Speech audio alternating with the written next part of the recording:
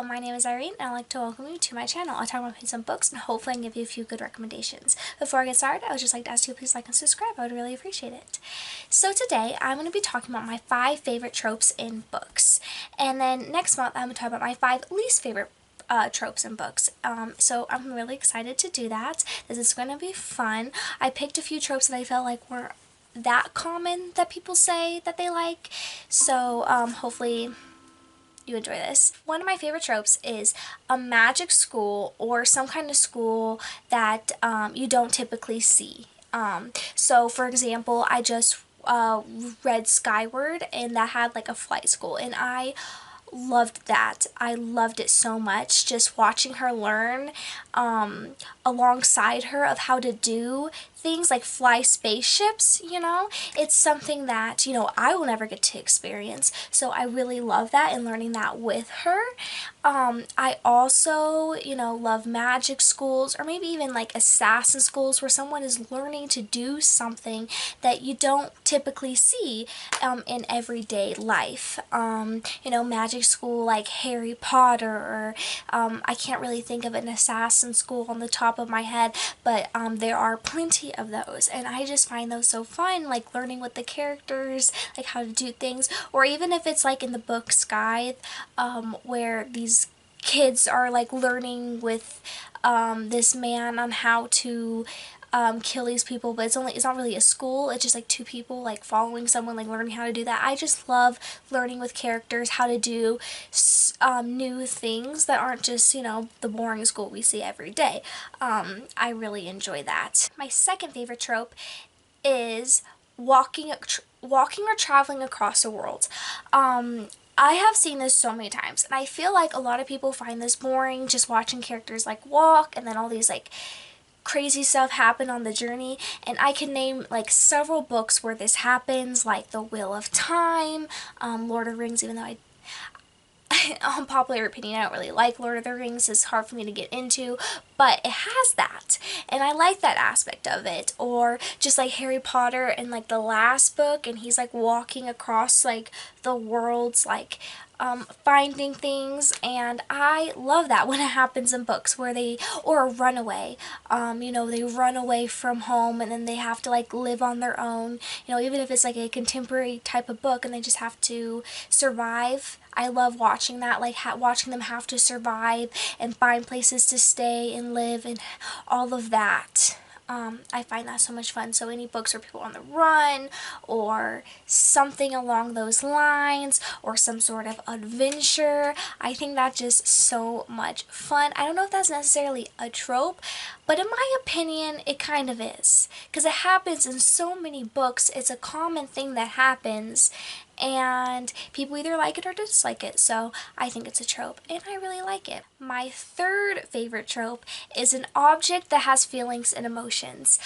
I specifically like this when this object is like a comic relief. I have seen this so many times. I have seen ships with like personalities and or like a sword. I've seen that. I've seen, you know, just like robot-like things in science fiction. I've seen that a few times and I love that. I'll give you a few examples, like the Lunar Chronicles. I believe Warbreaker like has a sword that does that. Skyward, I know I keep bringing up that book, but I just read it and I loved it. And like those books have that stuff in it and I absolutely like love it because they're usually like the comic relief or they really add something to the story, and maybe some people don't like that type of thing, but I really enjoy it every time I see it in a book. Now my fourth favorite trope is somebody who has an extreme amount of power, or they suddenly get an extreme amount of power and they're like the underdog. You know, I love that. Now I don't really like a character that like without having to work for it, they just all of a sudden get this much power and they're like they're really well liked, you know, they didn't need it and stuff like that. But if it's like an underdog, if it's someone who has been given a lot of crap their whole lives and they have never been that person to be better, or they get like bullied a lot, and then all of a sudden they have like an overwhelming amount of power and they just show up everyone and prove everyone wrong. I love it every single time. It's so good. It has to be an underdog though. It can't be like the main character. Well, it can be the main character. The main character can be an underdog, but it can't be like the character, like the chosen one. Just all of a sudden, you know, they have all the friends they want. They have everything they want. Maybe they have a few bad things happen in life, and then all of a sudden they get power. You know, I need it to be like an underdog, someone that they would never expect to have that power. Someone who's given crap, like maybe they don't have, like for example, like in Harry Potter, if you know they're given a lot of crap, maybe they're like a half-blood and some or something, and then they're given like all this power, and then they just show up, all the purebloods, and are just like, yeah, I can do this just as well as you can. I love that, and I have seen that. I can't give specific examples without giving spoilers, so I just use that example, but I love it when that happens. It's great and so satisfying. Just watching someone shows everyone up is satisfying. But it can, if it happens for a really long time, then it can start to feel not as great, you know. It feels like everything is just handed to them after a while. Maybe the power gets to them. I don't really like that. But if they get it for a little while and show everyone up, that's great. Okay, my last favorite trope is morally gray characters. I know that this might not necessarily be a trope, but it's something I really enjoy in books. I'm pretty sure it's a trope.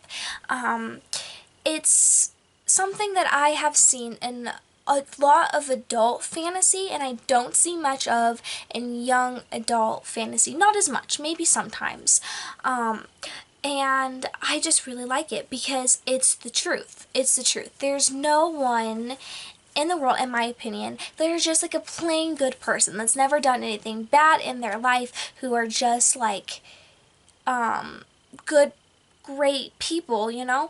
And morally gray characters, you know, are like bad, like not bad people, but people that are kind of on the edge, like they could be a villain if you look at them a certain way, and they don't make always the right choices. They can be selfish, and they can just like screw people over, maybe even kill someone or hurt someone severely, and but then you understand them, but there's more to them, because I feel like that's true, because a lot of bad people, you know, you just see them as bad people, evil people, when people who do bad things necessarily aren't bad people, and they could have just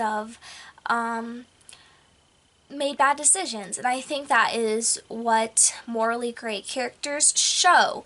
And I haven't read that many books with that in it, unfortunately. I mean, besides Game of Thrones, I haven't read that many books with that in it, but I am going to be reading more of those soon, hopefully. I just really enjoy it, and I think it's a lot more satisfying than just having someone who just tries to be good all the time, just like succeed and get everything they want, you know, because it's more complicated than that. Humans are more complicated than that. So that is my fifth favorite trope that I see in fiction. This is probably a really short video, but I just wanted to share my favorite tropes. I thought it would be fun, and I'm more excited to just talk about my least favorite tropes, because we all love to talk about things that we dislike too. But I hope you enjoyed. I had fun with this. I'm sorry I like preached at you a little bit then, told you my opinions on humanity, but that's just how I feel, and I like it when humanity is reflected in books like that. So anyway, I hope you guys have a great day, and I will see you next time. Bye!